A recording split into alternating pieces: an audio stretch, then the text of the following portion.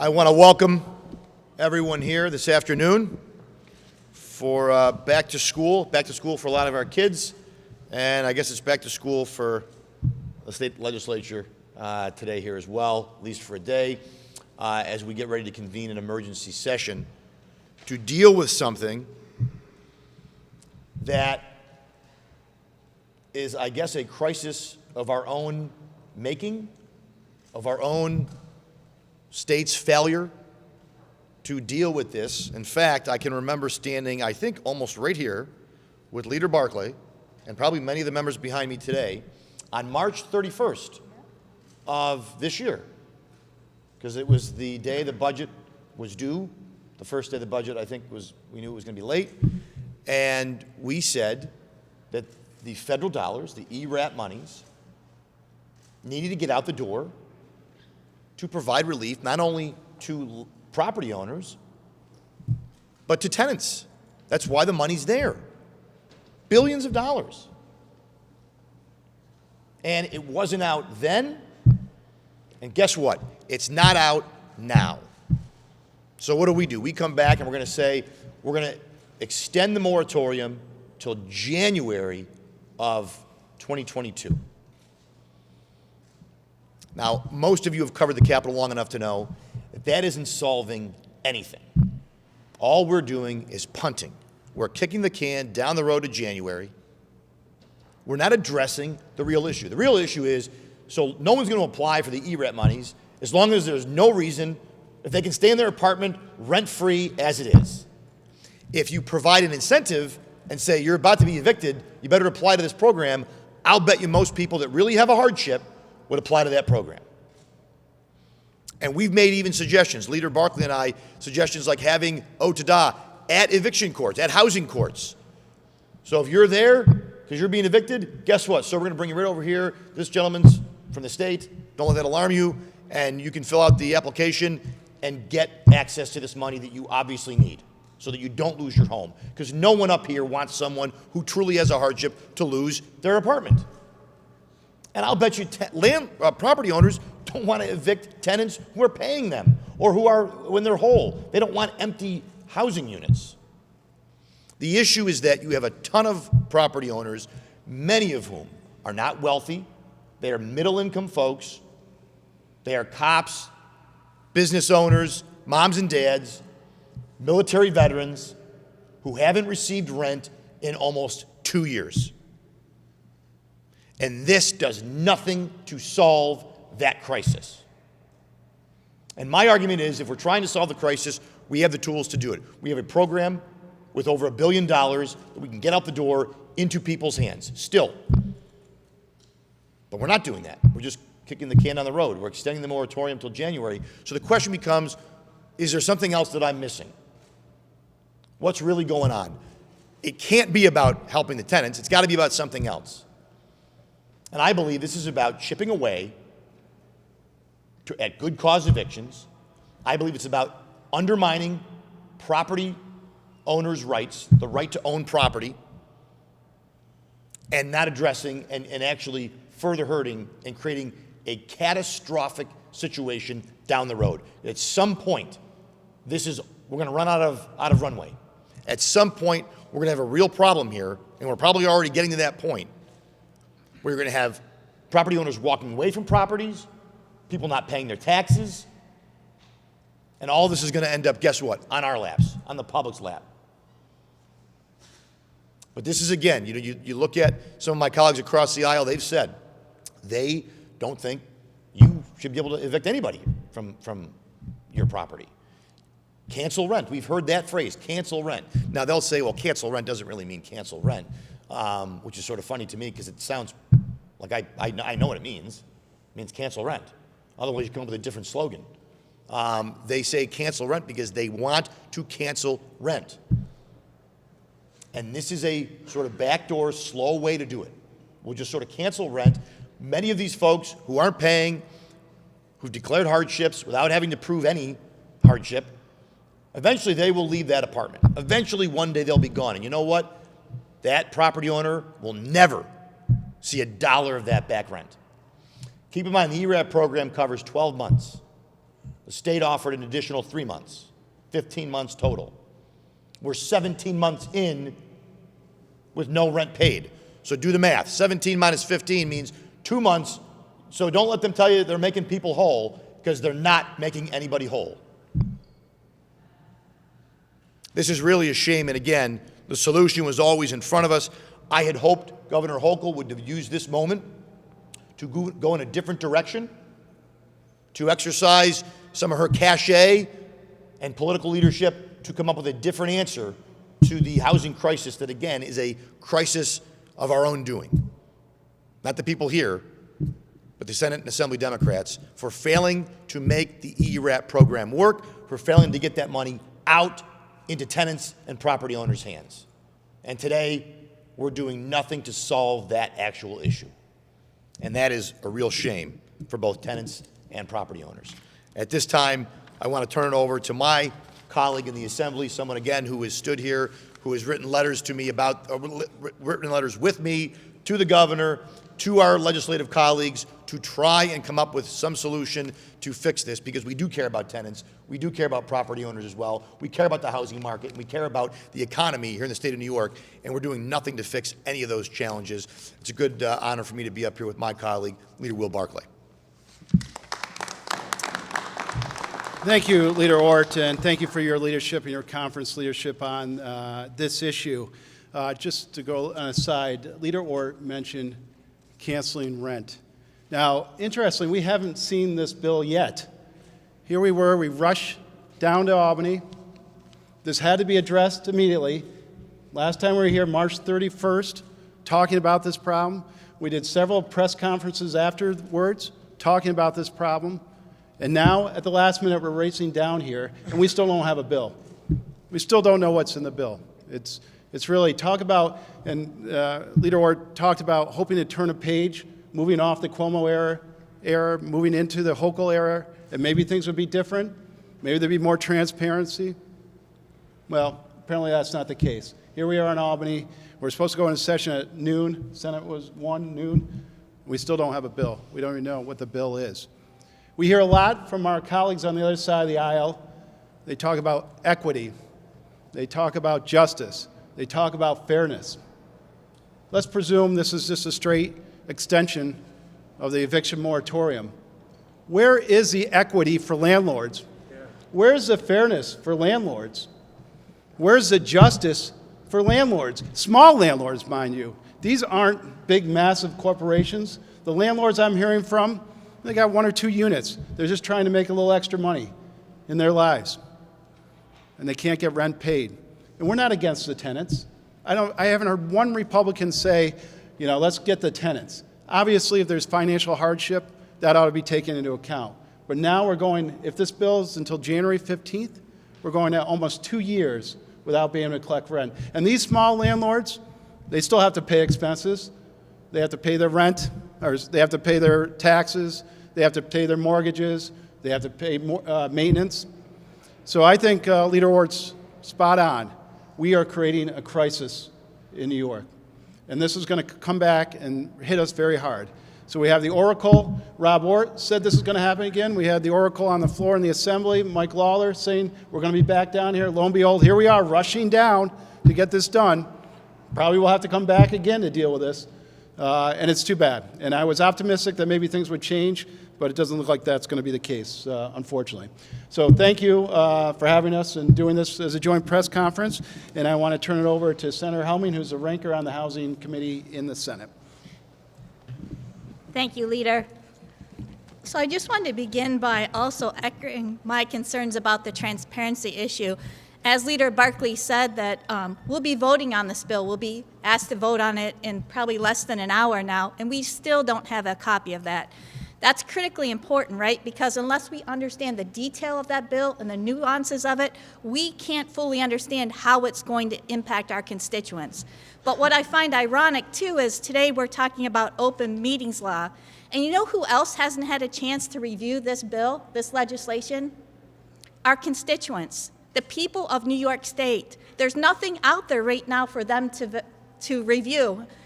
So you talk about transparency. I am deeply disappointed in Governor Hochul. I had held out hope that she would improve transparency, open meetings, but it was kind of discouraging last night to read in the paper where she had already announced that a consensus had been reached, a decision had been reached on the eviction moratorium before we have even had an opportunity to review the bill.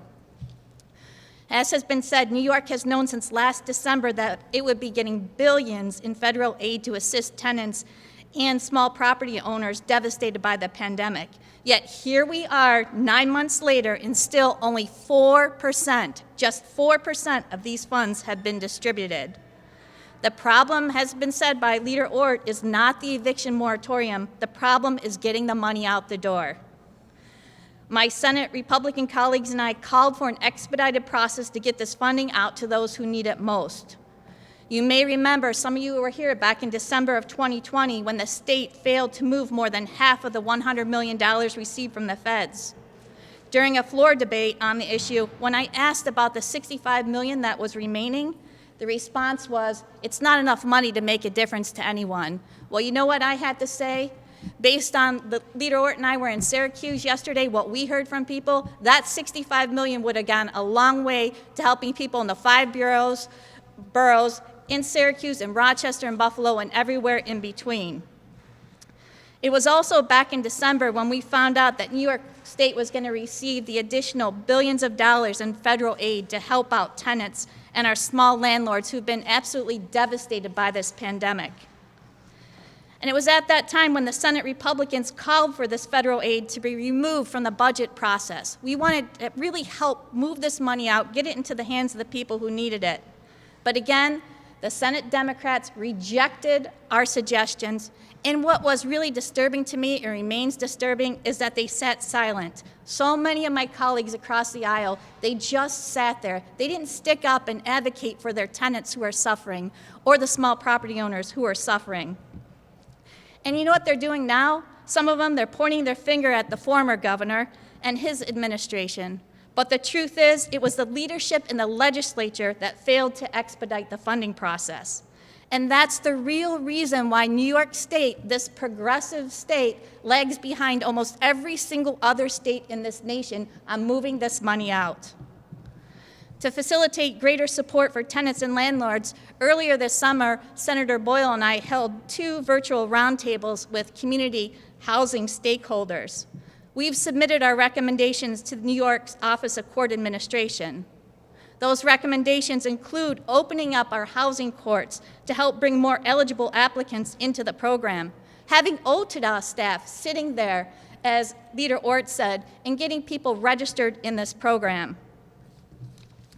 But again, these recommendations seem to be falling on deaf ears. The Democrats seem to be focused solely on extending the eviction moratorium and kicking the can further down the road.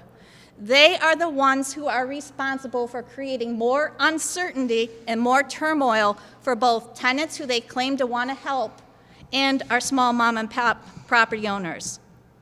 Like everyone here, I've heard from numerous tenants and landlords. They're desperate, absolutely desperate to hang on to their homes.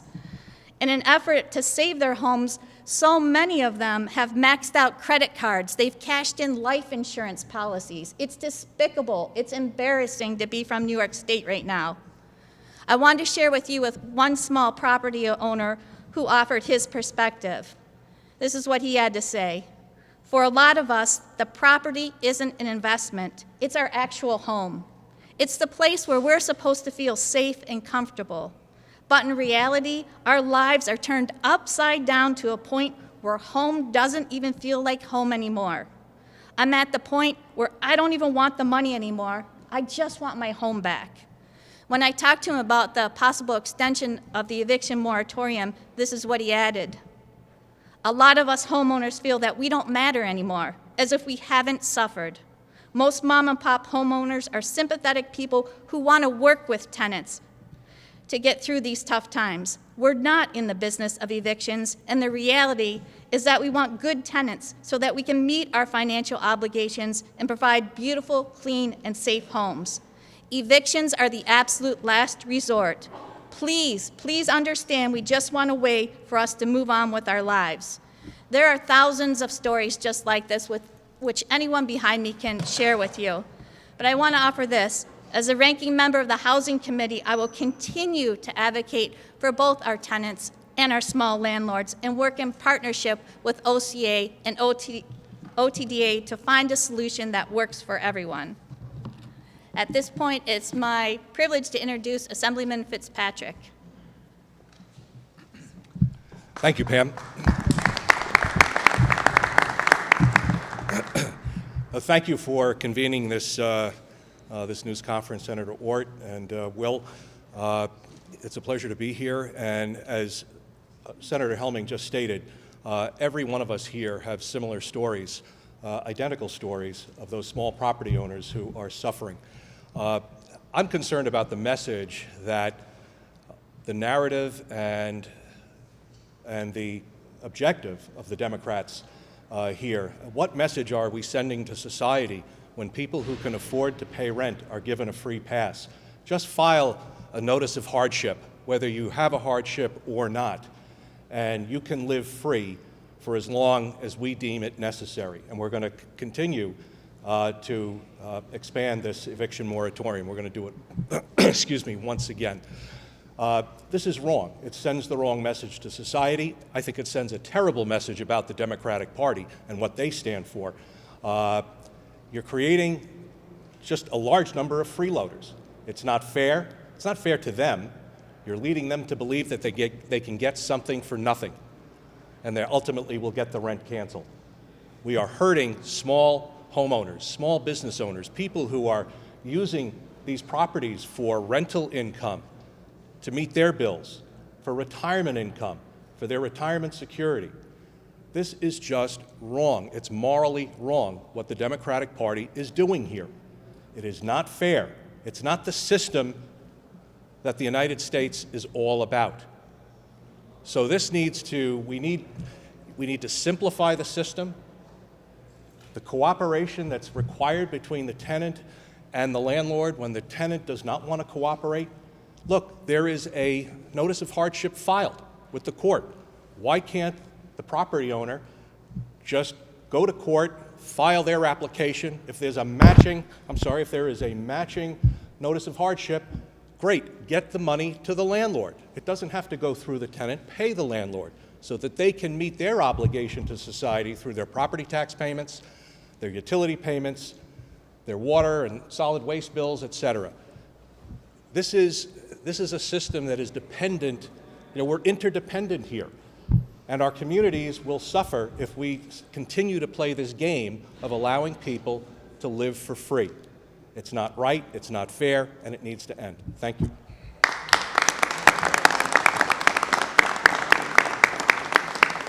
Well, thank you to my colleagues, both in the Assembly and the Senate.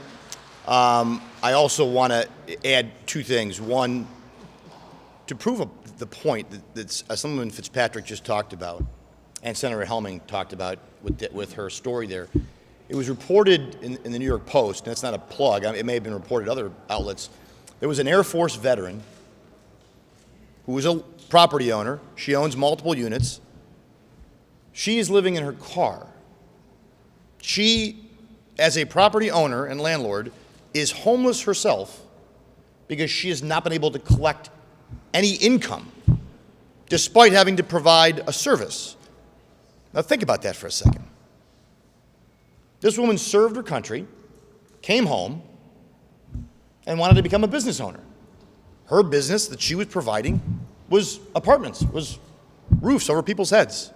She still has to provide that, but she is not allowed, essentially, to collect any payment for it.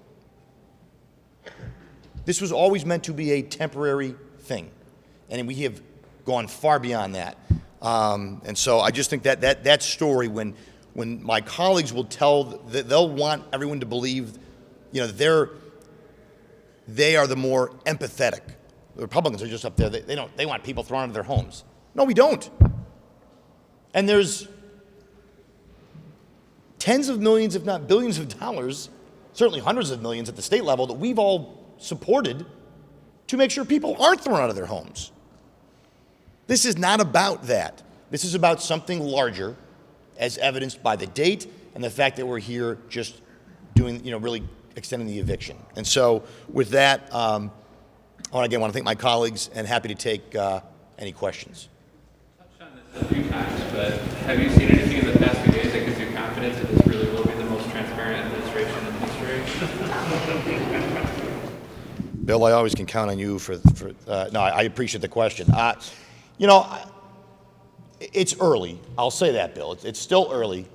And transparency is a word that gets kicked around a lot, certainly in political circles. I'm sure Albany, D.C., any state capital. I think the jury is still out on whether it's going to be the most transparent in history. I think every governor we've had going back to probably, Nelson Rockefeller was going to be the most transparent in history. Whether they lived up to that or not is a different story. But I think what I'm seeing is the policies from the Cuomo administration. The real legacy of where we are today, that is continuing and actually maybe accelerating. And that's concerning to me, aside from the transparency piece, which, we'll see. But I think that whether looking at this, I was hoping there'd be sort of a course correction. Maybe she would say, let's get this program fixed, which she said, the governor said, she wanted to get the program fixed. We're not fixing the program. On the ground, functionally on the ground for property owners, for tenants, for everyone involved, this will be the same as it's been. It's just now the date has been extended to January 22nd for us to get the money out. But again, the incentive for people to go access that funding has not changed. In fact, we're diminishing it, in my opinion.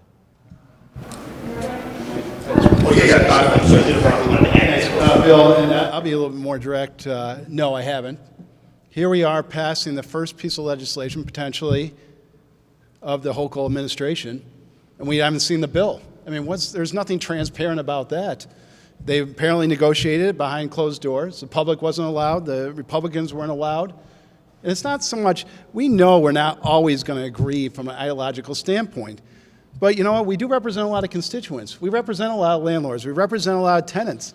And lo and behold, they might have some good ideas. It doesn't have to be an either-or circumstance. And we'd like to deliver those ideas. And so when the governor says, I'm going to be transparent, the most transparent administration, great. We'll take her at her word, but she's got to show it with her actions. And right off the bat, we haven't seen those actions. The two other items on the agenda, the open meetings law, amending that, and then also the cannabis control board appointments. Any opinion on those two items? The cannabis board? Yeah, the cannabis control board appointments. Do you think those should have been made earlier in the year? And with the open meetings law, do you think that lawmakers should continue to be able to meet remotely at least until January 15th, it's sounding like? So as I've talked to local officials, and I certainly, at this moment, we're still conferencing these things, so I don't speak necessarily for my entire conference, but I'll say, as I've talked to local mayors, supervisors, I do think the remote option, probably makes a lot of sense in the 21st century to some extent. In some ways, it's increased public participation. I've talked to constituents that actually they felt it was easier for them to log on to the Zoom council meeting than go to City Hall. And not knowing where the future may go with the pandemic, I think it probably makes sense to do something. NISAC and I believe NICOM have come out in support of the changes. So, that is fairly benign to me. I'm sure I think we're going to have some members ask some questions on sort of the details. That's always important. But the concept, I support. As far as the appointments, look, I voted against the law to make it recreational. So for me to sit here and say it should have been made earlier, I guess wouldn't make a lot of sense, right? But I think it's just indicative of a level of incompetence. That's the only term I can come up with. And obviously our previous governor was distracted when he probably would have been making those appointments. But the truth is, if you're going to pass a law and you're going to create a whole new government agency, none of that has moved, right? So nothing has happened on that front. And we're only furthering the time it's going to take to get that off the board. What really bothers me with these appointments is we got them at midnight yesterday. My conference got them at midnight Now that's, by the way, so to your point, Bill, about transparency, maybe that's not such a good start to the leader's point. That seems to be a page out of the Andrew Cuomo transparency playbook, which was the transparency, they must have their definitions confused, or maybe they have a different dictionary, because the resumes I got were all redacted. I don't know anything about these people. They're going to be in charge of dispensing marijuana and recreational drugs to our kids and families and New Yorkers. And I just got the resumes the other day. So the idea that this legislative body, either side, would be comfortable signing off on these appointments, I think is ridiculous. And I know my colleagues across the aisle over the years have said the same thing. Now, whether they'll actually find the courage of their convictions today on the floor, I'm not going to hold my breath. But that is not very transparent, and it doesn't show a lot of respect for the legislature to send over appointments. Yes, that should, her predecessor jacked it up, but she should have sent those over long before. I don't believe for a second that she didn't know these names until last night. About 800 mil has been approved by the TVA, Yep. and about 200 has gone out. Right. 600 is left out of about 600 mil is out of 45,000 tenants. It's been approved and it's on the landlord side. What's your understanding of that situation and why landlords haven't accepted it, or is it kind of clerical? And what's your message to maybe it's a small percentage of landlords who are not interested in accepting it? So I think a lot of it is sort of clerical administrative issues, that it's just not getting to people. I'm sure there's plenty of landlords that would be happy to accept the funding, but we've also created a system, the state has, where it makes it very difficult. There's a lot of hurdles for landlords to get this money. And the feds initially had made the same challenges, whereby you have to have, again, you need tenants to approve and landlords to approve. Now, I get it. We don't want to just be giving money to one side or the other without, but where is I know what the incentive is for the property owner, because that's his income or her income. But where is the incentive for the tenant if they know that even without getting the ERAP money, just today we were briefed before we got here about, you can challenge a hardship declaration. Well, I got bad news for people. You know where that gets challenged? In housing court. Many of these housing courts aren't open. So thereby would make it, one would figure, harder to actually challenge a declaration if you can't get into the court where you would have a judge rule on whether that declaration is valid. So again, this goes back to we do things here and we talk about it on paper and it sounds great, but in practice it doesn't seem to always roll out the way we want it to. And I think to your point about this money's out the door, but it's not in the hands of the people who need it. Certainly I would tell any landlord or tenant, you should apply. If you really have a hardship, and there's no reason not to apply for ERAP. If you really have a hardship. If you don't, then I would strongly suggest not applying for, well, actually I would say apply for ERAP and we'll find these people out and then we can sift the fakers from the people who really do have hardships. Because there are real folks out there that have hardships and they should get relief, but there's a lot of folks who are gaming this system and they don't have a hardship. They've been getting money from the government, they've been working remotely, or they have access to money that they're not taking advantage of, and what they're doing is causing a real crisis, and we are contributing to that. Look at it. I think both landlords and tenants, if that money is available to them to make them whole or come close to making them whole, same with the tenants, that would be a good thing. It's there for that reason. Let me just, I want to address two things. First, and your point, I don't have a lot to add other than it's just a lot of it's mismanagement. I don't know if anybody's been on the ERAP system on the website. It's very clunky and difficult to use, so it's not just intuitive. You go on there and they process your application and then you get the money. It just doesn't work that way. And I do think there's something to be said about the tenants having no motivation to be helping out the landlords. But so Leader Ort did a good job explaining that. Morgan, I just want to go back to your point about the open meetings law, and I just want to point out the irony. We're talking about changing the open meetings law, but we don't have a bill. Yeah. I mean, if there is an irony there and showing that something's wrong with the way the government's working in Albany, I don't know what else is. I mean, the name of it, open meetings law, and it's closed. So I just want to point out that irony. But yeah. anyone who wants to answer it, but there's been a long-held belief that cannabis or marijuana has been a gateway drug to harder drugs. Is that still a belief, or has that been, disproved, or what are your thoughts on that? So I can say that I will tell you, when I was the chair of, and I've never been a drug or alcohol counselor, I am very familiar with that categorization. I know some people dispute that, but I will tell you, I have talked to a number of parents over the years related to the opioid pandemic and the heroin pandemic, or epidemic. I'm getting my demics mixed up, I apologize. An epidemic on the opioid and heroin situation, and many of those parents who've lost children, they have come up to me and said, marijuana was the drug that my child first used before they moved on to other things. So that would be the definition to me of a gateway drug. Now, there may be other gateway substances. You could argue booze is a gateway substance.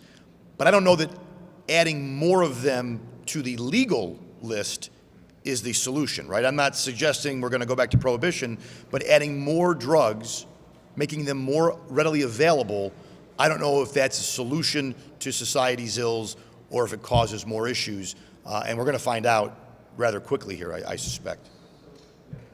Mark, at a seminar that I attended when the conversation about legalizing marijuana began, the gentleman who leads the Seafield Center on Long Island, probably the preeminent substance abuse center on Long Island, said not a single person that we've treated, not a single one who we've treated for opioid or any addiction, they all started with marijuana. So, the former governor believed it was a gateway drug until he changed his mind. Of course it's a gateway drug. It absolutely is a gateway drug. You've got to be stupid to think it's not. Pardon me for being so blunt. He's not calling you stupid. But it absolutely is. Talk to the families who've lost a child. Talk to the people in the industry who treat these people. They will tell you the common thread is marijuana. Senator Boyle wanted to add something. He was very involved with the opioid and heroin task force for many years. Yeah, just very quickly. I was the creator and the original chairman of the Senate Opioid Task Force in 2013. We ran around the states, for those of you who don't remember, held 18 hearings. Hundreds of witnesses, thousands of people attended throughout the state, literally from Montauk to Buffalo. Every single person who testified at that hearing as an addict said they started with marijuana. Every single one. And nobody said, I started at heroin. And as the Assemblyman said, we have great facilities on Long Island and upstate New York. Talk to counselors, advocates, teachers. They all say the same thing. So whatever the polls may say that are taken on the ground, real life, marijuana is a gateway drug. And we need to, it's legal, it's going to happen, but we need to be very, very careful about it. Mark, just one other thing. I was recently out in California, out in Lake Tahoe, and you notice the cannabis facilities out there. And I'm reading a copy of the San Francisco Chronicle, and there's an article about how the legitimate cannabis dealers in California are now seeking relief from the state of California because of the thriving black market. The same thing is going to happen here. This is a program that is destined to fail, in my opinion, and I believe it will. It doesn't matter who you put on the cannabis board.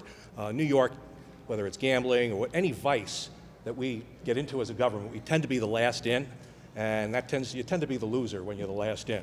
All right, the people who make the money are the first in.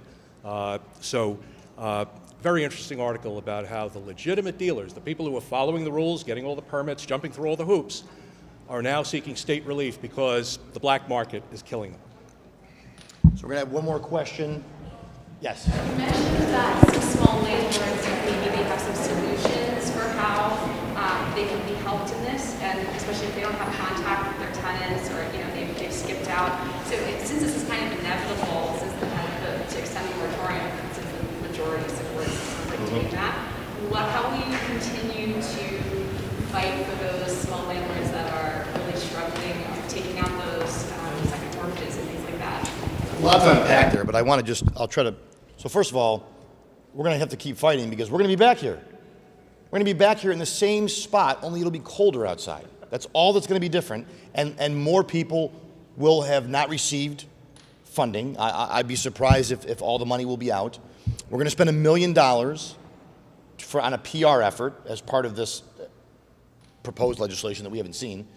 And there is, I believe, one alteration that I've been told is in the bill that would allow, if a tenant is gone and skipped out, and you've made every good faith effort to reach that tenant, that the property owner could, on their own, that's a federal change actually, that they could go and try and access that funding to make them whole because the tenant's just gone and they never got paid while they were there.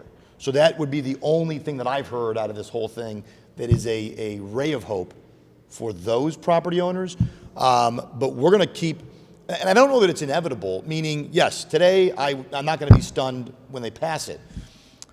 But what is not inevitable is the public's reaction to this, that they are just simply, they are not solving anyone's problems. Their tenants that they care so much about are going to really not want to be evicted in January or February. There's never a good time to probably be evicted. But if you're not paying, and how could you, if this goes on for months and months, how are they going to make that payment?